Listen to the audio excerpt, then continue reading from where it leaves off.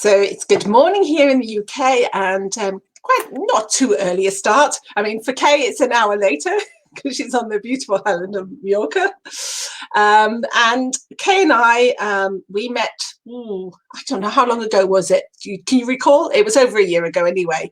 It was when I started, or maybe a year ago, it was when I started exploring becoming a coach after when I was put on furlough. And then obviously quite a few of you know, I was made redundant later in the year.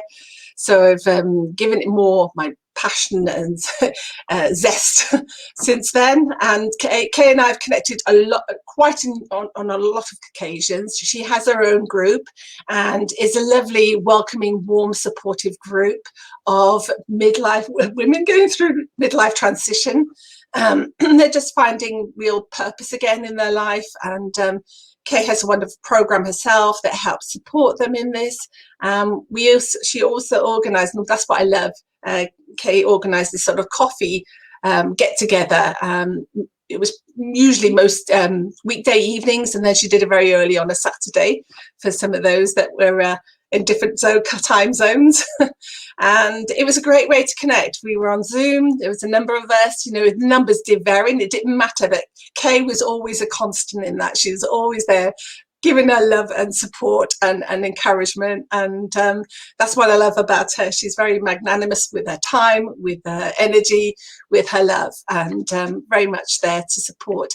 And so that's why I thought, because she's given so much of her time and she is really such a key giver of love and energy, I thought who better to ask than Kay to talk about the subject of the power of giving, and why it has like these spiritual connotations in a way, because it connects us with our divine energy source. And so I'm going to ask Kay, I know it's quite a big deep dive question for a Monday morning, but how has giving worked its magic in your life? Good morning, Esther. Thank you so much for having me. And first of all, thank you for having me. It's a real honour, and it was lovely to see you in the virtual coffee meetings, which I really just set up for COVID, because I knew there was a lot of my members in my group at home alone and struggling. So it was a really good way of all coming together and supporting each other. Where do you start on such a big topic? I mean, just throw me in the deep end on a Monday morning, I would. It's giving's an energy, and you do it or not. I think, how easy can you describe it? And you have to do it with love. You have to do it without not having any expectations. That's the key. If you're giving expecting something back, then it has a contractual form to it. It's no longer just a free flow of energy. And our society is set up in such a way that we're used to that contract style of life. And I think, the best thing to do is to step back and be nature. Nature gives, never expects anything back in return. And because you're doing that, you get abundance back, if that makes sense. Yeah, that does definitely sort of chime with me. That definitely strikes a chord. And what is the impact psychologically on on our beliefs and intentions around giving? Is there a... Yeah, I think it's a mix, isn't it? It again, if you're going to deep dive into it, we don't have time in 20 minutes. No. But it's this thought that we come into the world with nothing and we leave the world with nothing. And it's that giving, again, without expectation. We don't own anything. Human beings have got into the mindset that we own, or the world owes us something. So it's, I own my lifestyle, I own my house, I own my marriage, I own my kids, actually we don't own anything. And I think when you get that into your headset that you don't own anything, then everything's free to give away. Yeah, that's quite profound, actually. And I think that's difficult, isn't it, to get? It's a concept that a lot of people don't get. So I was fortunate enough to spend 5 years in Zanzibar in Tanzania. And the interesting thing for me between Zanzibar and living in Spain, in Spain, coffee is a big part of our beliefs and our culture. So we have about 40 different words for coffee. Tells you how important it is for us. I'm still trying to find a word in English that sort of envelops this, but I think probably beer is one of them. I'm not sure. You might be able to help me with that. But coffee is a big thing for us. In Zanzibar, in Tanzania, it was saying hello. Wow. Simple, easy. Got goose pimples thinking about it. Mm. So depending on who you were talking to, it was customary. You had to say hello, jambo, to whoever you passed, whether you knew them or not. And then there was different levels of responding. So you could say things like poa level, freshy, cool, which was like the youth way of saying I've seen you. High five or whatever. High five, yeah. And then it became a little bit more formal. And then if you were talking to somebody who was a lot older than you, it became very formal. And I loved that. So they had nothing to give but a smile, basically, to give love. These are really poor people. They live in very small homes, very humble people.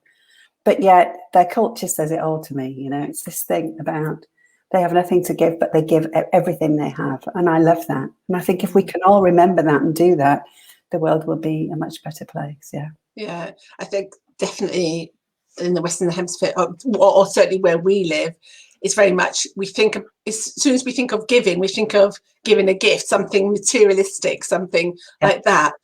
And the default setting isn't like, oh, how can I give them a smile? How can I just literally give them a listening ear almost, or my time? That comes sort of lower down the list, doesn't it, always, in terms of our priorities. And it's not lower by any means. Those are the life-changing drops that you drop into the ocean. So, they have profound effects. Yeah. And, of course, giving has a big impact on us energetically, doesn't it? Because it does lift our own vibration. I know what it's like when I give, and it gives me a lovely warm feeling, knowing that even, it was monetary, but somebody was like selling big shoe outside, Aldi supermarket. But it's like, my money is not massively overflowing, but it's like I just saw her and I just felt a genuine connection. She was really sweet, and she's always very polite. She's not she's not of this country, but and so I gave her money, but and you can tell the sheer gratitude, the real that bit was actually just lifted me. It made my day, to be honest. And she's always out there. Whenever I see her, I always pass her money, but more importantly, I always pass her a smile and a greeting. And exactly. And and you can tell that there's a real genuine kind heart behind her. You can just see she radiates that in her smile. So, but giving as well, I've noticed with my own son, it's what he craves more is just me being in the space with him. When I start putting expectations, or can you do this or whatever, and then it becomes literally an energy exchange, and I expect something, then it literally backfires and he becomes rebellious and he doesn't do what I ask him to do. But if I'm just there, present, and suddenly of his own accord, I see that he's actually kinder to me. So it has, not just, it affects us energetically on vibrationally, but also others. It has that ripple effect vibrationally. So I don't know what your experience has been. Probably some examples of yours. No, I think that's absolutely perfect. I think we forget, or we don't realize, if you look at quantum physics, we are all just energy and vibration, of which the majority of that is space anyway. It's not even energy, it's just nothingness. But if you really do vibrate with someone, so if you do this giving without expectations, then you change your vibrations and you're changing the other person's vibrations, which means then your vibrations are changing again. It's this ripple effect. Yeah. It can be something simple. So I was trying to think of what I've done this morning. I sent a friend a greeting for her birthday.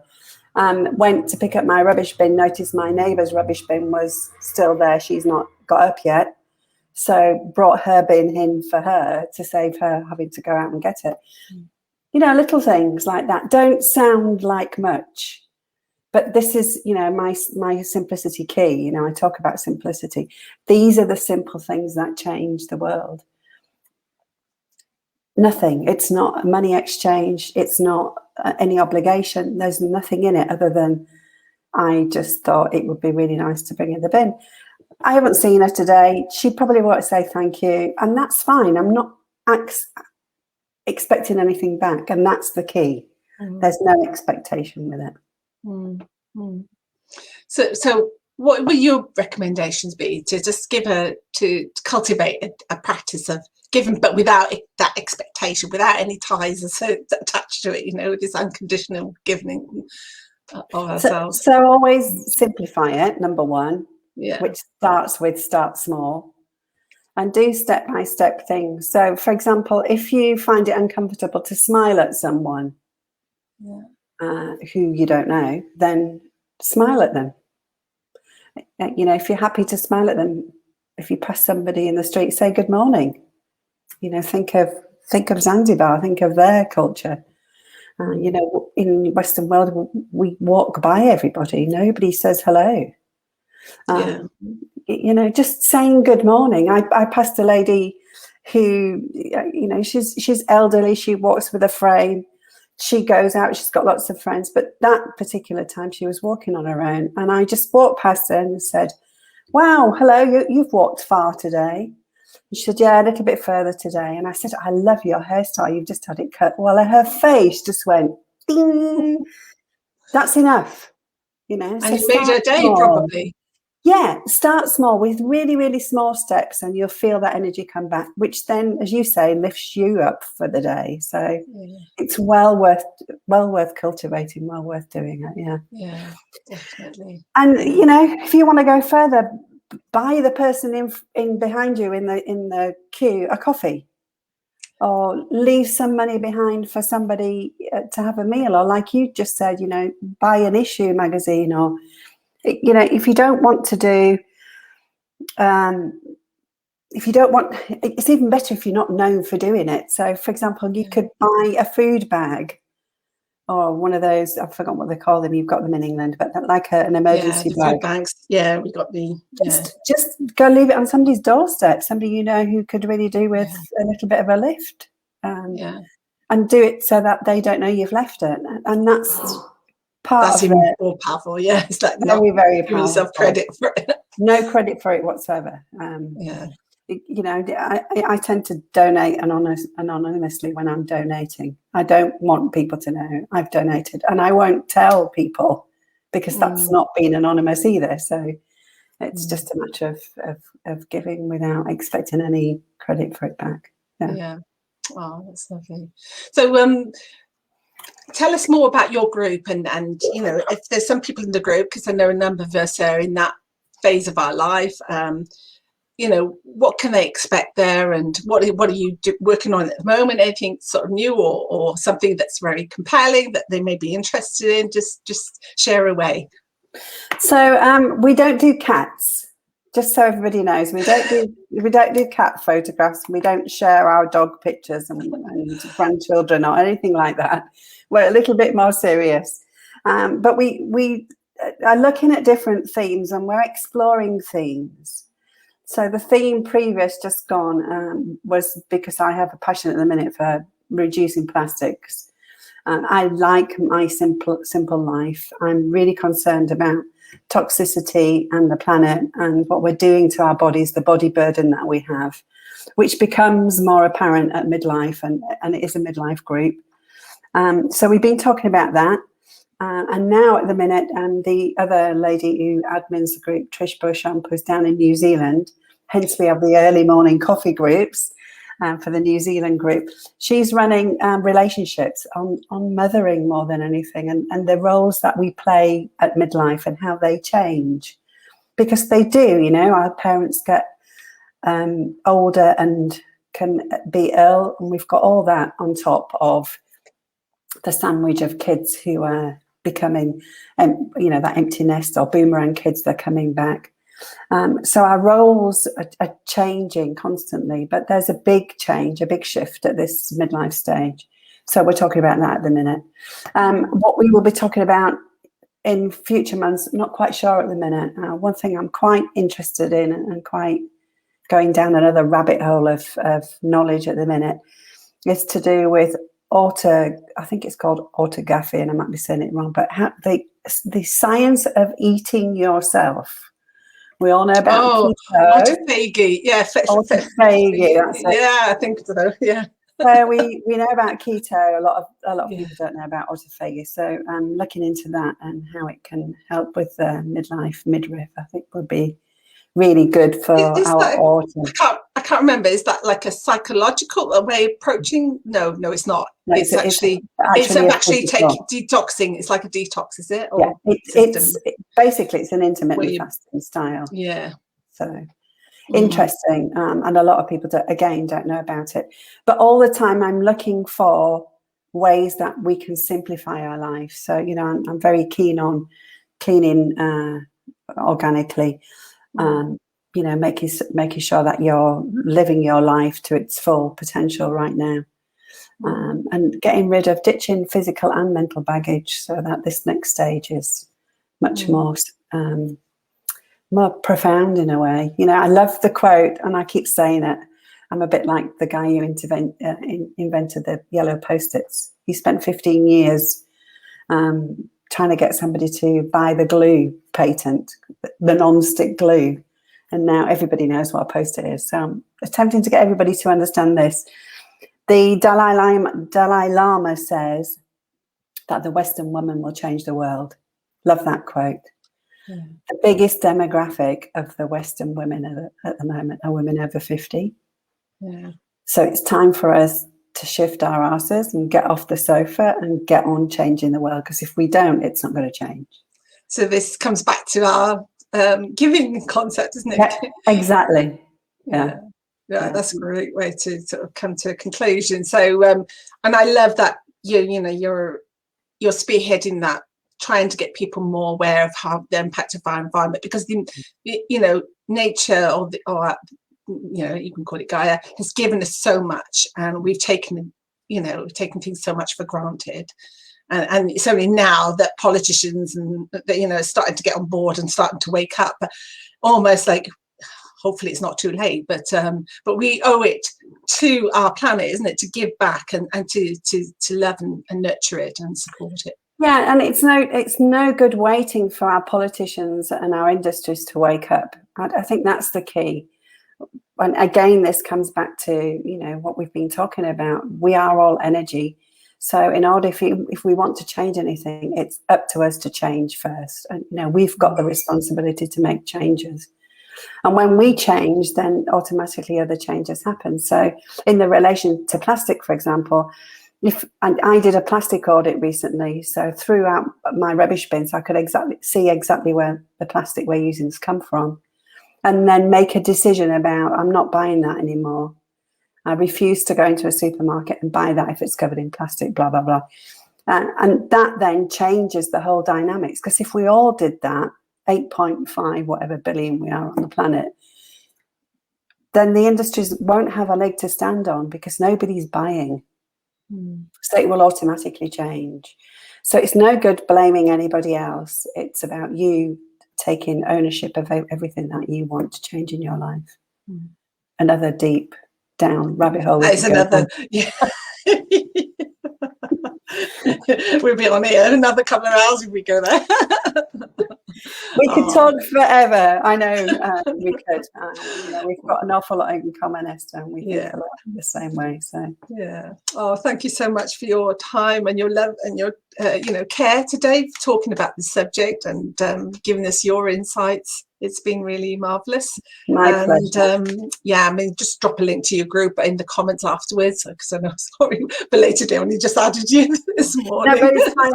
I'm added to the group now, so if anybody's got any questions or comments on, you can come back to them. I can come back now, and we can have a chat underneath this. Yeah. It's live. So. And are you still running those coffee sessions? At the minute we're stopped.